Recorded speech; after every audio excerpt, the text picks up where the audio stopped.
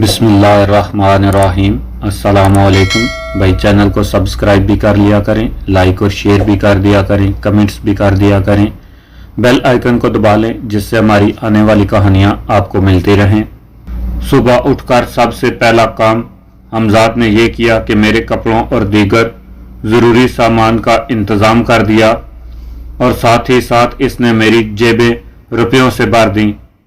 सामान सराय में छोड़कर वो मुझे लेकर शहर में निकल गया। इस शहर में कोई मेरा शनासा नहीं था सिवाय इन गुंडों के जिन्होंने मुझे कत्ल किया था, या नवाब साहब की लड़की नरगस, इन आमलों के जो मेरी तलाश में बदामा पहुंचे थे। इसलिए सबसे पहला काम मेरे लिए ये था कि इन गुंडों को ठिकाने लगाऊं। अब इनके ढूंढने का मसला दरपेश था। हमजाद कदम कदम पर मेरी रहनुमाई कर रहा था। हमें अब चलते चलते दोपहर हो गई थी। हम इस वक्त सदर के इलाके में थे। वहीं एक बोसीदा से होटल में मैंने खाना खाया। हमजाद ने मुझे बताया कि नवाब साहब का क़याम बेगमपल में है।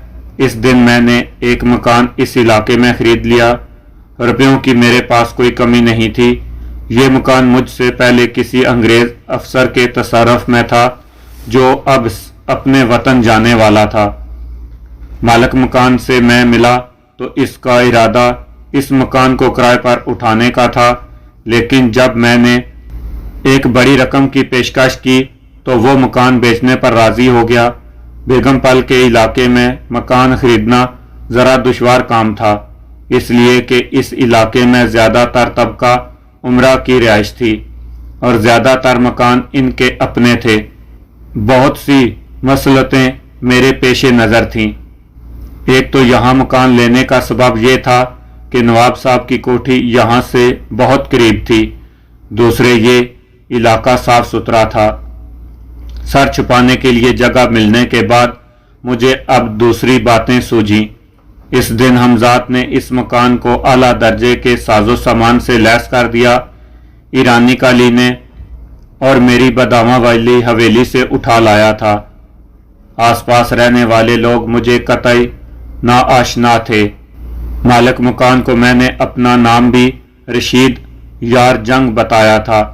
इस पर मेरा यही तासर कायम हुआ था कि मेरा ताल्लुक भी नवाबीन के ख़ानदान से है। मेरे घर के ठाठ बाट अब किसी नवाब की हवेली से कम नहीं थे। इन सब हंगामों में रात हो गई। मगरब की अजान के बाद मैंने हमजाद से कहा कि बिला नवाब साहब की तो कुछ खबर लो, वो कैसे हैं। मेरे लहजे से हमजाद समझ गया कि मेरा क्या मतलब है। हमजाद के जाने के बाद मैंने इसका तसव्वुर किया। मैंने देखा कि वो एक हवेली में दाखिल हो रहा है। इसके साथ साथ मैंने अपना तसव्वुर को भी रखा। ये हवेली किसी भी तरह मेरे मकान की सज धज से कम नहीं थी। हमजाद एक बड़े कमरे में दाखिल हुआ। कमरे में दाबीज कालीन बिछा हुआ था। एक तरफ खूबसूरत मसहरी के चारों तरफ रंग बिरंगे पर्दे पड़े हुए थे। दाएं तरफ एक बड़ी सी चौकी पड़ी थी और इसके करीब एक बड़ी मेज के गिर्द कुछ कुर्सियां रखी थी, जिनमें से एक पर कोई ज़ईफ शख्स बैठा शराब पीने में मसरूफ था। ज़ईफ शख्स के साथ इस नौजवान को देखकर मेरे जहन में अजीब से ख्यालात आए। ये दोनों चेहरे मेरे लिए अजनबी थे। मैंने देखा कि हमजाद ज़ईफ शख्स और नौजवान की कुर्सी के बीचों बीच खड़ा है।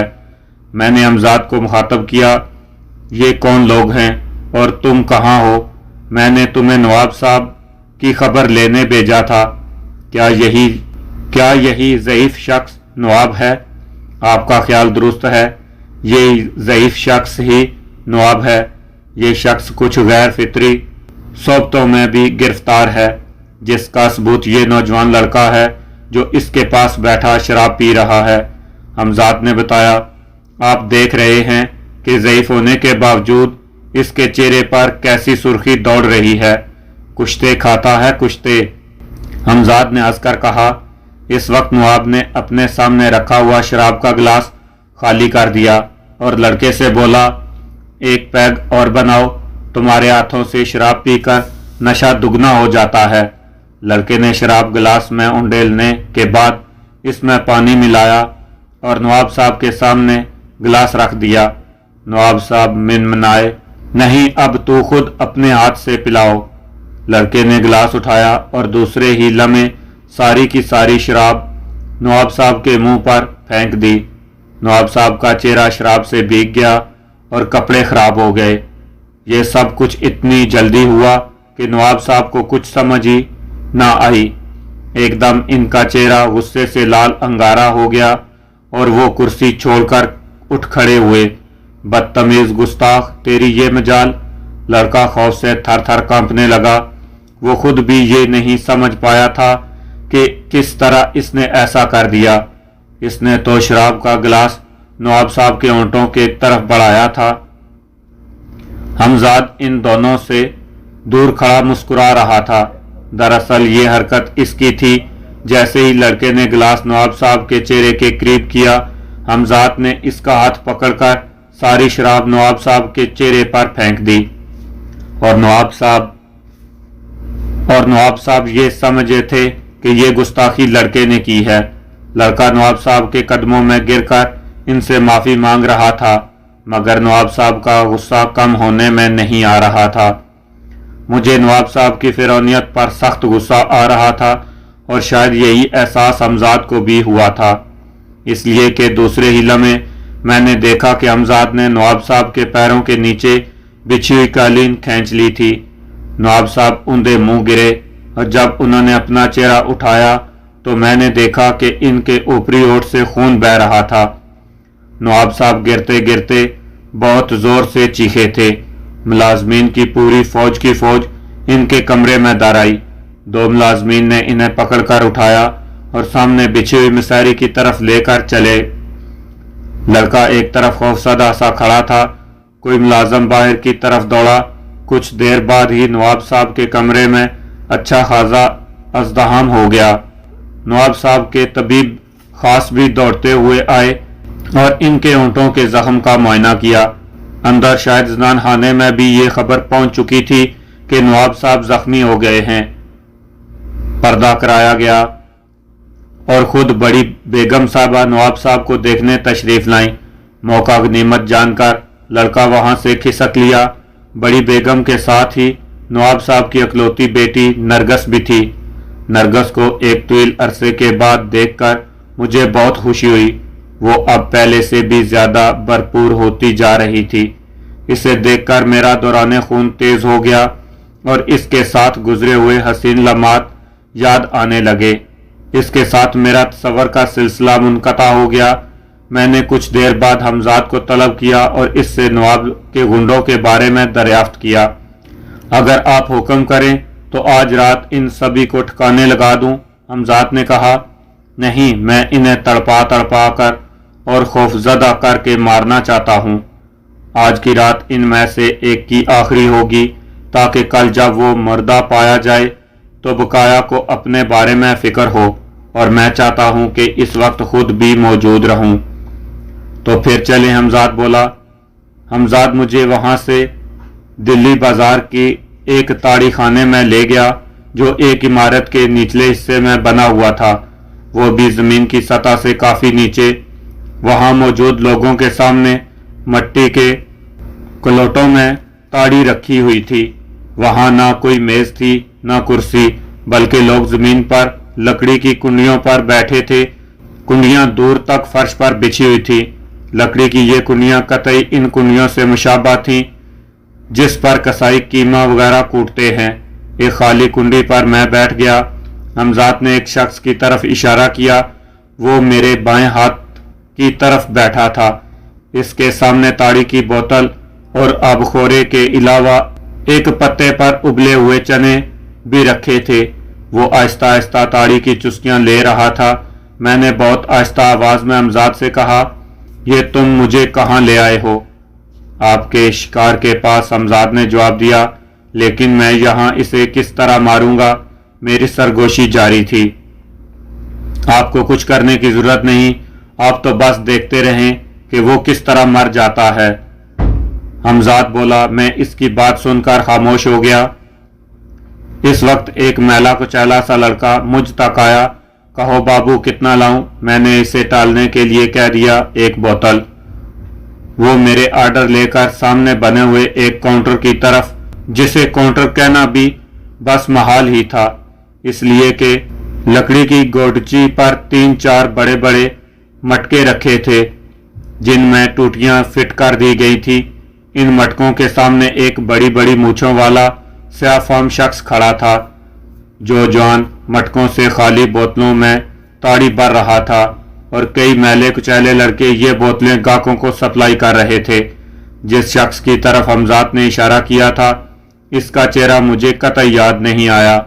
दरअसल इस रात जिन हालात में मुझे कत्ल किया गया था, इसमें मुझे इतनी मोहलत ही नहीं मिली थी कि मैं अपने कातलों के चेहरे ठीक तरह शनाख्त कर सकता।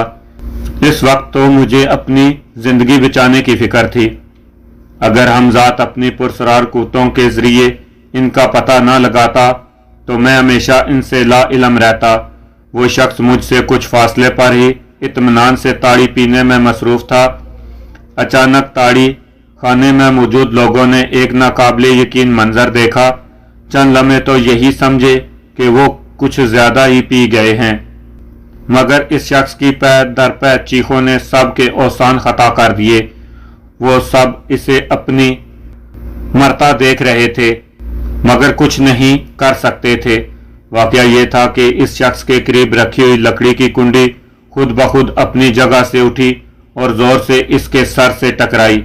वो शख्स चीख मारकर ऊंधा गिरा, और इससे पहले कि वो उठता, कुंडी फिर फिजा में बुलंद हुई और इसके सर के पिछले हिस्से पर पड़ी। वो दोनों हाथों के बल उठा और फिर चित गिर गया। इसका चेहरा लवलुआन था। सर से मुस्तकिल बहने वाले खून ने इसका चेहरा भयानक कर दिया था। इसके इर्द गिर्द लोग इकट्ठे थे, चीख रहे थे। इनकी समझ में नहीं आ रहा था कि इन्हें क्या करना चाहिए। इन्हीं में मैं भी था और बिल्कुल खामोश खड़ा था, इसी जमीन पर तड़पते देख रहा था। कुंडी एक मर्तबा फिर फिजा में बुलंद हुई और इसके साथ ही कई लोगों के मुंह से चीखें निकल गईं। कुंडी अब तेजी से नीचे आ रही थी। जमीन पर पड़ा हुआ शख्स अभी तक अपने होश में ना था। इसने चीख कर अपने दोनों हाथ ऊपर कर दिए, मगर वो कुंडी की जरब से ना बच सका। इस मर्तबा कुंडी की जरब ने इसके चेहरे का बरतस निकाल दिया। फिर तो जैसे इसके चेहरे पर कुंडी की जरबों की बारिश हो गई। पैर दर पैर जरबों ने इसे बेहोश कर दिया था, मगर इसकी बेहोशी इसे आने वाली मौत से ना बचा सकी। चंद लम्हों बाद ही इसका सर का बेजा ताड़ी खाने के फर्श पर बह रहा था। लोग ये पुरसरार कत्ल देखकर अपने होशो हवास पर काबू न रख सके और चीखते हुए ताड़ी खाने से भागने लगे। हमजाद ने आहिस्ता से सरगोशी की, ऐसे में आप भी निकल चलें। मैंने भी ये मौका गनीमत जाना कि कुछ देर बाद मैं अपने मकान की तरफ जा रहा था। इस भयानक कत्ल ने मेरे एसाब पर भी बड़ा असर डाला था। अभी ज्यादा रात नहीं हुई थी, लेकिन मैंने महसूस किया कि मुझे आराम की सख्त जरूरत है। अभी मैं अपने मकान से कुछ दूर था कि एक लड़के के हमरा एक बुरकापोश लड़की एक मकान के दरवाजे से अंदर दाखिल हुई। लड़का अभी मकान के बाहर ही था कि लड़की ने पलटकर इससे कुछ कहा, और इस वक्त मैंने इसकी एक झलक देख ली। वो एक झलक ही मुझे पागल बना देने के लिए काफी थी। मुमकिन है इसने भी मुझे देखा हो, लेकिन मुझे इस वक्त ये होश ही कब था। वो चली भी गई और मैं इस तरफ देखता रहा। मकान का दरवाजा बंद हो गया, मगर मैं अभी तक बीच सड़क पर खड़ा था। हमजाद इस वक्त भी मेरे साथ था। इसने मेरी ये कैफियत देखी तो बोला, जानते हैं ये कौन है? मैं एकदम चौंका। क्या तुम इससे भी वाकिफ हो? अभी अभी आपकी ये हालत देखकर मालूम किया है। इसका नाम माहपारा है और ये नवाब साहब की तबीब खास इरशाद अहमद की लड़की है। क्या मैं उछल पड़ा, तबीब खास की लड़की? फिर तो मजा आ गया। मुझे क्या खबर थी कि जालिम ने अपने घर में ऐसे हीरे छुपा रखे हैं। अब आप चलेंगे या रात होने का यही इंतजार करेंगे? हमजाद ने मुझे छेड़ा। वो मेरी दिली कैफियत से आगाह हो चुका था। ये मैं ही जानता हूँ कि मैंने रात का किस बेचैनी से इंतज़ार किया। जब हर तरफ सन्नाटा छा गया तो मैंने अमजाद से कहा, अब तो बहुत देर हो चुकी है, वो सो चुकी होगी, उठा लाओ। सब्र कीजिए, अभी तभी बेखास जाग रहा है। वो नवाब के लिए कोई दवा बनाने में मसरूफ़ है और मापारा का कमरा इसके करीब है। अमजाद ने मुझे आगाह किया, जैसे ही इसने अपना काम ख़त्म किया मैं यहाँ से रवाना हो जाऊँगा, फिर कुछ देर और इंतज़ार कर लीजिए। मैं बेचैनी से कमरे में टहलने लगा। कुछ देर बाद हमजाद ने मुझे बताया कि वो मापारा को लेने जा रहा है। मेरा दिल जोर जोर से धड़क रहा था। चंद ही लम्हों बाद इसने मेरे बिस्तर पर इस सरापा क़यामत को लाकर लेटा दिया। न जाने वो लड़कियों को इतनी आसानी से कैसे उठाकर लाता था कि इनकी आंख हमेशा मेरे ही पास आकर खुलती थी। मैं बिस्तर की तरफ बढ़ा, मगर खिलाफे मामूल आज पहली मर्तबा ऐसा हुआ कि मैं जैसे ही बिस्तर के नज़दीक पहुंचा, लड़की एकदम बिस्तर पर उठकर बैठ गई। वो अपनी बड़ी बड़ी हिरनी जैसी आंखों से मुझे देख रही थी। इसकी आंखों में एक अजीब सा सहर था। वो आंखें आम आंखों से कतई मुख्तलिफ थीं। मैंने कुछ कहना चाहा, मगर मेरे लफ्ज़ हलक में ही घुट कर रह गए। वो बोली, सुनो, तुम जो कोई भी हो, इससे मुझे कोई गर्ज नहीं, लेकिन मैं तुम्हें ये बता देना चाहती हूँ कि आज तक कोई मर्द बगैर मेरी मर्जी के मुझे हाथ लगाने में कामयाब नहीं हुआ। तुमने ज़बरदस्ती मेरी नींद खराब की है और मेरे खिलाफ मर्जी मुझे उठवाया है। तुम अगर आम हालात में मुझे मिलते तो मुमकिन था कि मैं खुद तुम्हारी मर्दाना वजाहत को देखकर अपना जिस्म तुम्हें सौंप देती, लेकिन अब ये नामुमकिन है, कतई नामुमकिन। मैं इसकी बातें सुनकर शशदर रह गया। आज तक इतनी साफ और सच्ची गुफ्तगू मैंने किसी लड़की से नहीं सुनी थी। फिर इसका मजबूत लहजा, एक एक लफ्ज जांच तोल कर बोल रही हो। इसके लहजे से इसके इरादे की पुख्तगी का पता चलता था। मैंने दिल ही दिल में सोचा कि मुमकिन है ये लड़की मुझे बेवकूफ़ बना रही हो। यही सोचकर मैं इसकी तरफ बढ़ा। वो मुझे अपनी तरफ आता देखकर हाथ उठाकर बोली, मैं कहती हूँ रुक जाओ। जो शोबते तुम जानते हो, इनसे मैं भी वाकिफ हूँ। फिर जब मैं ना रुका तो इसने कहा, ठीक है, आओ मेरे करीब, आओ, तुम्हें खुद मेरी कुव्वत का अंदाज़ा हो जाएगा। हाँ हाँ, लो पकड़ लो मेरा हाथ।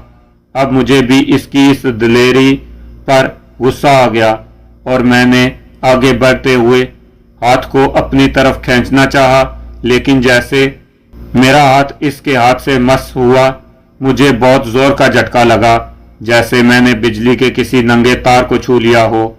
वो मुझे जमीन पर गिरता देखकर जोर से हंसी, बस खत्म हो गई मर्दानगी, मैं जा रही हूँ, अगर रोक सकते हो तो रोक लो।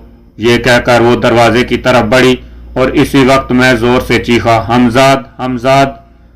मेरे चीखते ही हमजाद फौरन हाजिर हो गया। इस वक्त तक मापारा मेरे कमरे का दरवाज़ा अबूर नहीं कर पाई थी। इसे देखते ही मैंने तकरीबन चीखते हुए हुक्म दिया, इस लड़की को बताओ कि मैं कौन हूँ, ये यहाँ से निकल कर ना जाने पाए। मेरा हुक्म सुनते ही हमजाद इसकी तरफ बढ़ा और अभी वो इसके करीब ही पहुंचा था कि अचानक मापारा मुड़ी। मुझे ऐसा महसूस हुआ जैसे इसे हमजाद की मौजूदगी का और अपनी तरफ बढ़ने का एहसास हो गया हो। हालांकि मेरे इल्म में ये था कि हमजाद को देखने का कोई एल नहीं, कहने को तो वो सिर्फ चंद लम्हे थे, मगर मैं वो चंद लम्हे कभी नहीं भूल सकता। इसकी एक एक तफसील मुझे आज तक याद है। जैसे ही मापारा हमजाद की तरफ मुड़ी, मैंने देखा कि हमजाद के बढ़ते हुए कदम एकदम रुक गए और इसी लम्हे मैंने मापारा की आंखों में से एक अजीबोगरीब तेज चमक सी महसूस की। मैं इस वक्त इसकी आंखों में ही देख रहा था। मेरी आंखों के सामने अंधेरा सा छा गया। मेरी कैफियत इस वक्त बिल्कुल ऐसी थी जैसे मैंने सूरज की तरफ देख लिया हो।